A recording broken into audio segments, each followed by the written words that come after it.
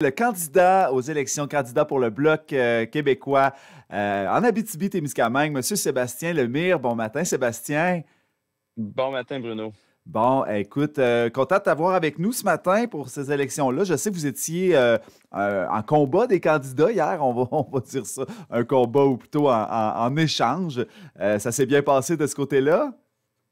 Ben, tout à fait. La formule, elle est essentielle pour informer la population. Puis ce que je trouve un peu dommage, c'est que la formule s'est pas répétée beaucoup, notamment en Abitibi. On avait un super débat qui était organisé à chaque campagne électorale.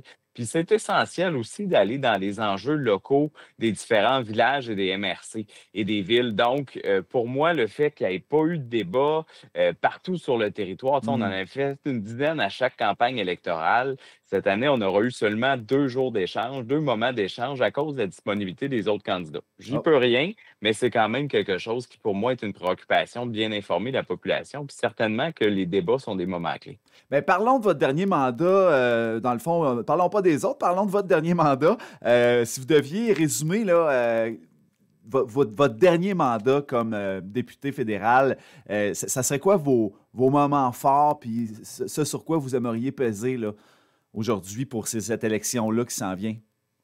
Ben, pour moi, d'abord, tu sais, c'est le réflexe d'être un gars de la place qui a pu agir en fonction des besoins de nos entreprises, de la population. Tu sais, si je prends des exemples spécifiques à la MRC d'Abitibi, ben, il y a notamment quand on a fait une étude, j'ai fait amener une étude sur la pénurie de la main-d'œuvre dans le contexte au comité de l'industrie pour avoir des réponses, des solutions qui sont adaptées à la situation d'Abitibi-Témiscamingue. Mais il y a un gars d'Amos, Jean-Guy Couillard, que j'ai invité parce que je trouvais que son discours, notamment sur la présence des aînés sur le marché du travail, était particulièrement rafraîchissante.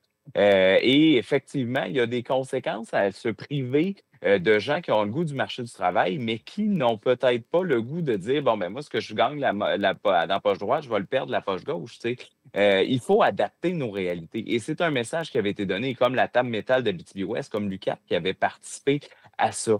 Hier, je donne d'autres exemples. Hier, il y a eu le début des procès des joueurs de Hockey Canada qui avaient les viols allégués. Ben, s'il n'y aurait pas eu ces procès-là, si moi, je ne m'étais pas levé en Chambre des communes pour réclamer qu'Hockey Canada vienne témoigner de ces faits allégués-là, et ça a mené tout le scandale des fonds dans un fonds et la crise du financement et l'absence de confiance des autres organisations dans la Fédération de Hockey Canada, mais dans 15 autres fédérations sportives pour la pratique du sport sécuritaire des athlètes.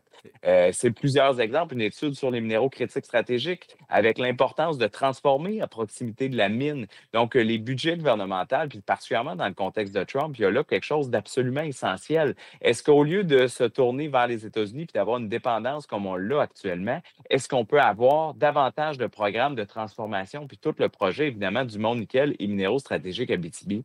Ben, je pense que c'est le projet le plus porteur qu'on a en Abitibi-Témiscamingue pour probablement les 30-40 prochaines années. Donc, le gouvernement fédéral doit être présent de ce côté-là. Et ça, c'est le virage que je veux qui s'opère. L'importance d'avoir un abattoir en Abitibi-Témiscamingue demeure toujours aussi pertinent. Ben, moi, j'ai fait des études de ce côté-là. Puis je suis très fier que c'est devenu une priorité de la conférence des préfets.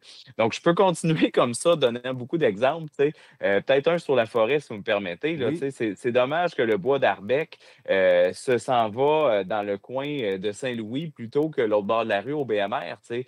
Et ça, ben, il va falloir qu'il y ait des programmes courts, des circuits courts aussi qui s'établissent pour qu'en Abitibi-Témiscamingue, on arrête de payer les frais de transport puis l'impact environnemental que ça a, puis qu'on puisse peut-être avoir un avantage à avoir nos maisons un peu moins chères à la construction parce que, Colin, c'est notre bois qui est utilisé. Mais ça, il va falloir peut-être légiférer de ce Mais côté-là. parlant de ça, il y a beaucoup de constructions neuves qui apparaissent un peu partout en Abitibi au grand complet, le Val d'Or, Rouyn-Noranda, Amos aussi, des constructions neuves avec des appartements quand même de luxe, on va dire comme ça. Qu'est-ce qu'on fait maintenant avec la crise du logement, les gens qui sont avec un revenu familial un peu moindre?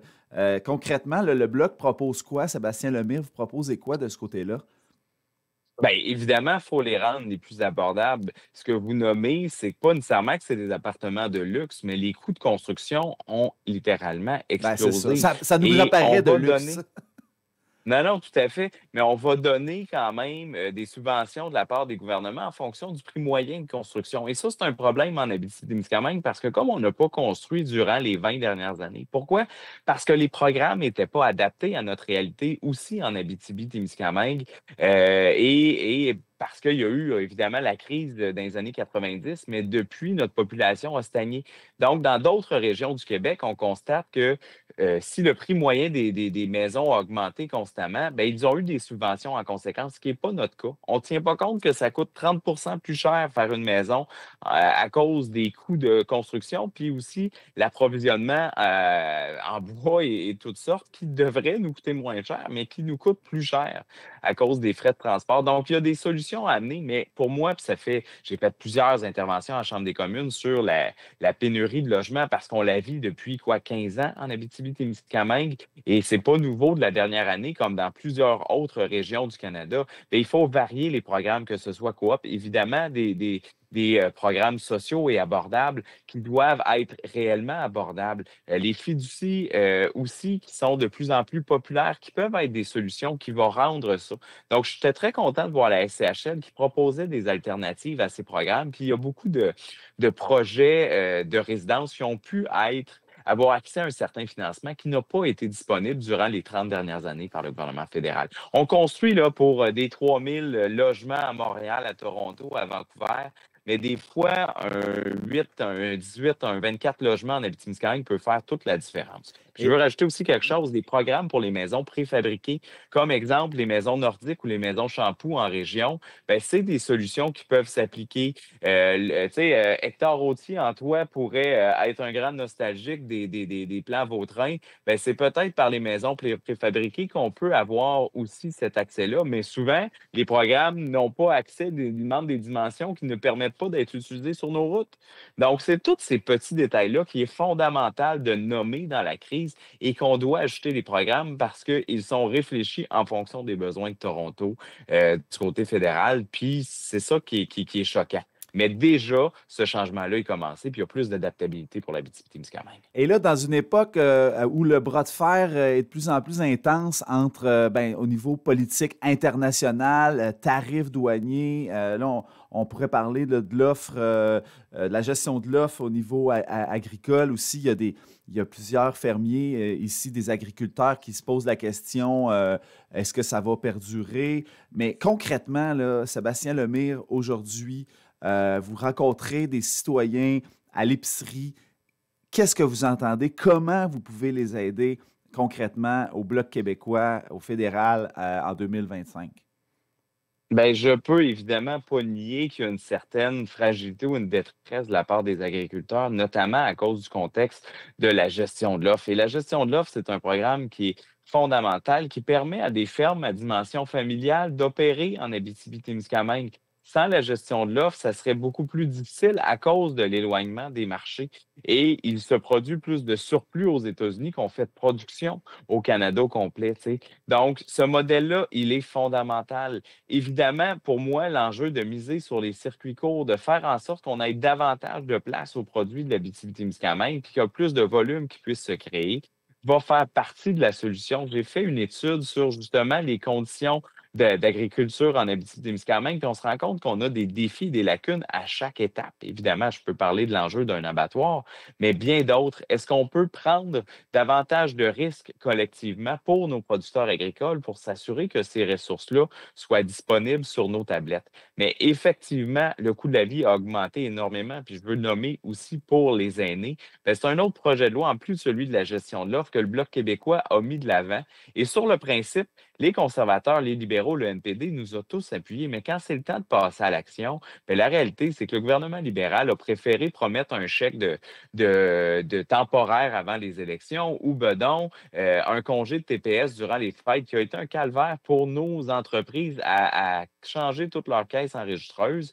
mais qui s'appliquait sur des produits de luxe comme des chips, comme des chips, c'est pas du luxe, mais tu sais, de l'alcool ou des consoles de jeux vidéo, mais pas sur les produits essentiels dans nos épiceries parce qu'ils sont déjà exempts de taxes. On aurait dû augmenter, par exemple, la sécurité de la vieillesse qui aurait permis d'augmenter de façon durable le revenu des aînés. Et c'est ces pistes de solutions qui sont importantes de rappeler, de marteler, puis d'amener chaque formation politique à prendre position. Tu sais. Si on n'est pas là au Bloc québécois, personne ne va parler des enjeux du Québec, notamment celui de la gestion de l'offre et aussi celui de la forêt. En terminant, Sébastien Lemire, le Bloc québécois a été créé mon Dieu, juste avant le deuxième référendum.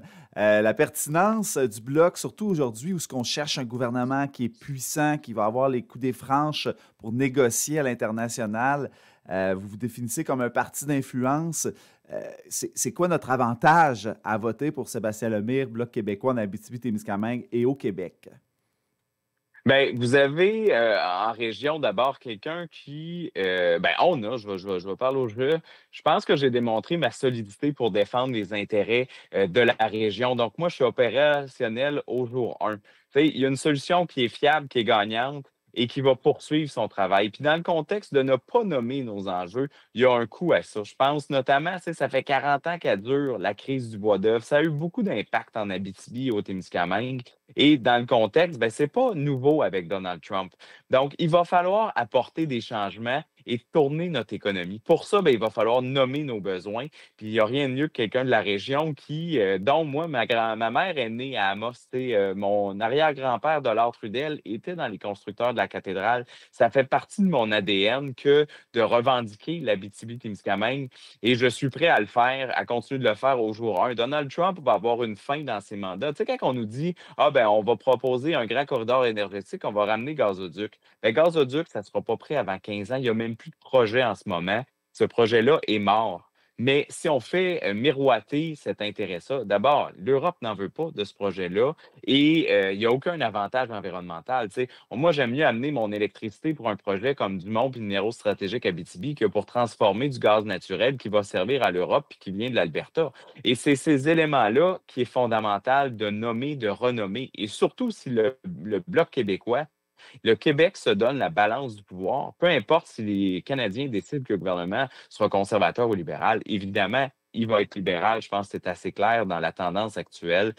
C'est important et fondamental que la voix du Québec soit nommée et défendue. Et c'est ce que je veux continuer d'offrir aux gens de l'Abitibi-Témiscamingue. Mais d'abord et avant tout, je pense que c'est important d'aller voter et de le faire de façon très forte aux élections. Ça a été le cas au BVA. Moi, j'ai fait le tour pour remercier l'ensemble du personnel électoral, des gens qui donnent de leur temps pour s'assurer du bon déroulement de notre démocratie. Ça, je suis très, très reconnaissant de ça. Donc, plus le taux de participation va être élevé, plus on envoie un mandat fort aussi que l'Abitibi-Témiscamingue veut être représenté et faire partie des négociations. Puis pour moi, c'est essentiel. Mais le rôle de chien de garde est très, très important. Merci beaucoup, Sébastien Lemire. C'est tout le temps qu'on a ce matin. Bonne fin de campagne électorale et bon succès. Merci, puis j'espère qu'on aura la chance de se reprendre après, parce que pour moi, informer la population, j'ai fait beaucoup d'entrevues avec Médiaté, mais à Radio Montréal, je pense qu'il faut poursuivre ça. Merci, Sébastien Lemire. Merci à vos auditeurs.